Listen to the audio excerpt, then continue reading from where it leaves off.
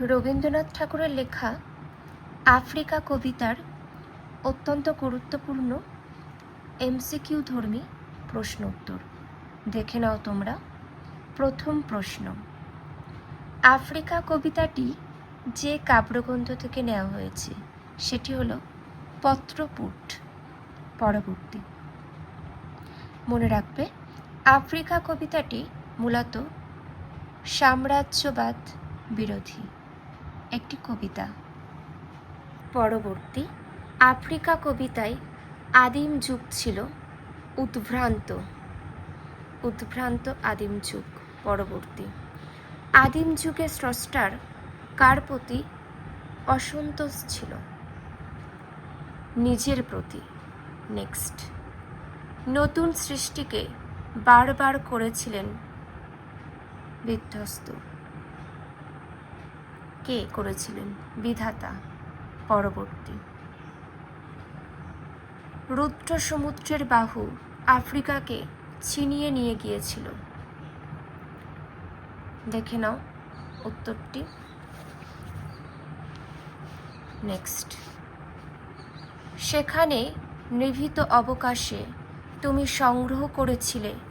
কি সংগ্রহ করার কথা বলা হয়েছে? দুর্গমের রহস্য।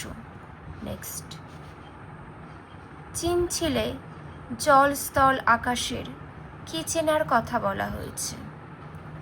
ঘয়েরটা দেখে নাও, দুর্বোধ্য সংকেত। নেক্সট, প্রকৃতির যে জাদু কবি উপলব্ধি করেছেন তা কেমন ছিল?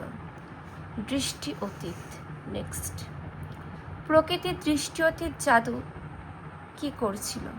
মন্ত্র জাগাচ্ছিল। পরবর্তী, বিদ্রূপ করছিলে ভীষণকে। কিভাবে বিদ্রূপ করা হচ্ছিল? বিরূপের ছদ্মবেশে। নেক্সট, শঙ্কাকে চাচ্ছিলে হার মানাতে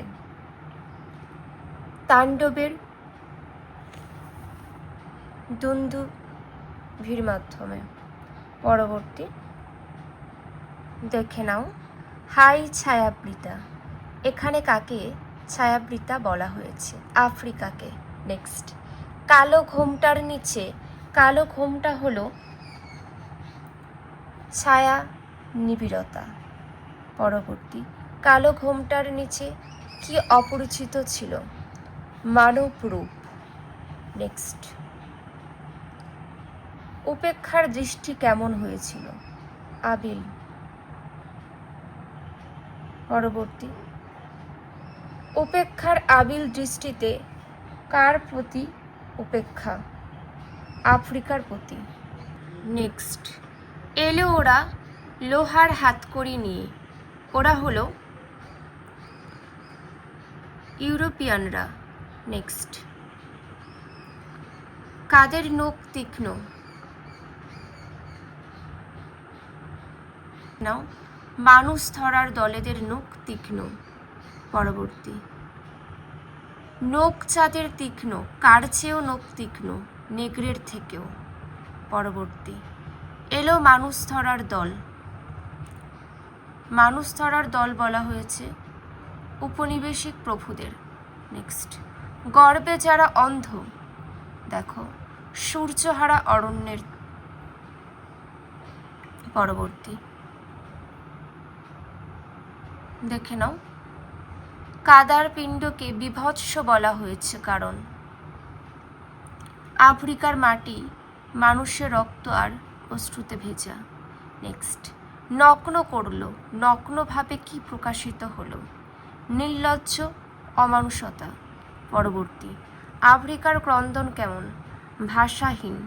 পরবর্তী, অরণ্যপথ ভাষাহীন ক্রন্দনে কি হয়ে উঠল? বাঁশপাকুল। পরবর্তী, ধূলি কিভাবে পঙ্কিল হলো? রক্তে অশ্রুতে মিশে। নেক্সট, দস্যু পায়ের জুতো কেমন? কাঁটা মারা। পরবর্তী, ড্যাশ কাদার পিণ্ড বিভৎস। নেক্সট, চিরচিহ্ন দিয়ে গেল অপমানিত ইতিহাসে। পরবর্তী প্রশ্ন, সমুদ্র পাড়ে কোথায় ঘণ্টা বাজছিল? মন্দিরে। নেক্সট দেখে নাও, তাদের পাড়ায় পাড়ায়, তাদের বলতে বোঝানো হয়েছে উপনিবেশিক প্রভুদের পাড়ার কথা। পরবর্তী প্রশ্ন, কার নামে পুজো চলছিল? দয়াময় দেবতার নামে। পরবর্তী, শিশুরা কোথায় খেলছিল? মায়ের কোলে। নেক্সট, কবির সঙ্গীতে বেজে উঠেছিল সুন্দরের আরাধনা।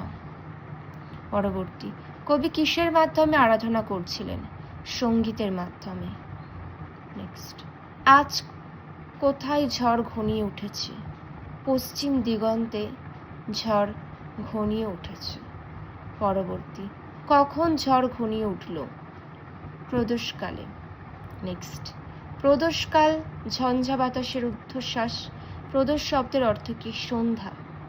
পরবর্তী, কোথা থেকে পশুরা বেরিয়ে এলো? গুপ্ত গহ্বর থেকে।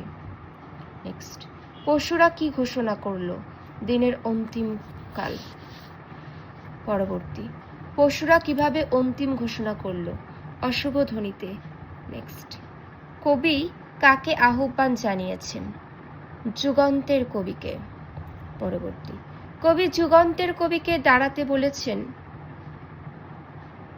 আসন্ন সন্ধ্যার শেষ রশ্মিপাতে। নেক্সট, যুগান্তের কবি কোথায় এসে দাঁড়াবেন? মানহারা মানবীর দ্বারে।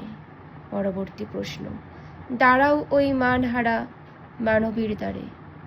মানহারা মানবী হলো আফ্রিকা। পরবর্তী, যুগান্তের কবি কি বলবেন? ক্ষমা করো।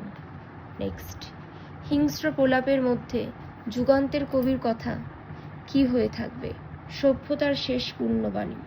পরবর্তী, সেই হোক তোমার সভ্যতার শেষ পূর্ণবাণী, ক্ষমা করো। আফ্রিকা কবিতা থেকে যে যে প্রশ্নের উত্তরগুলো আলোচনা করলাম প্রত্যেকটা ভীষণ গুরুত্বপূর্ণ। এখান থেকে তোমাদের পরীক্ষাতে আসবে। আর কারোর কোনো মন্তব্য থাকলে অবশ্যই জানিও। সকলে ভালো থেকো, আবার দেখা হবে।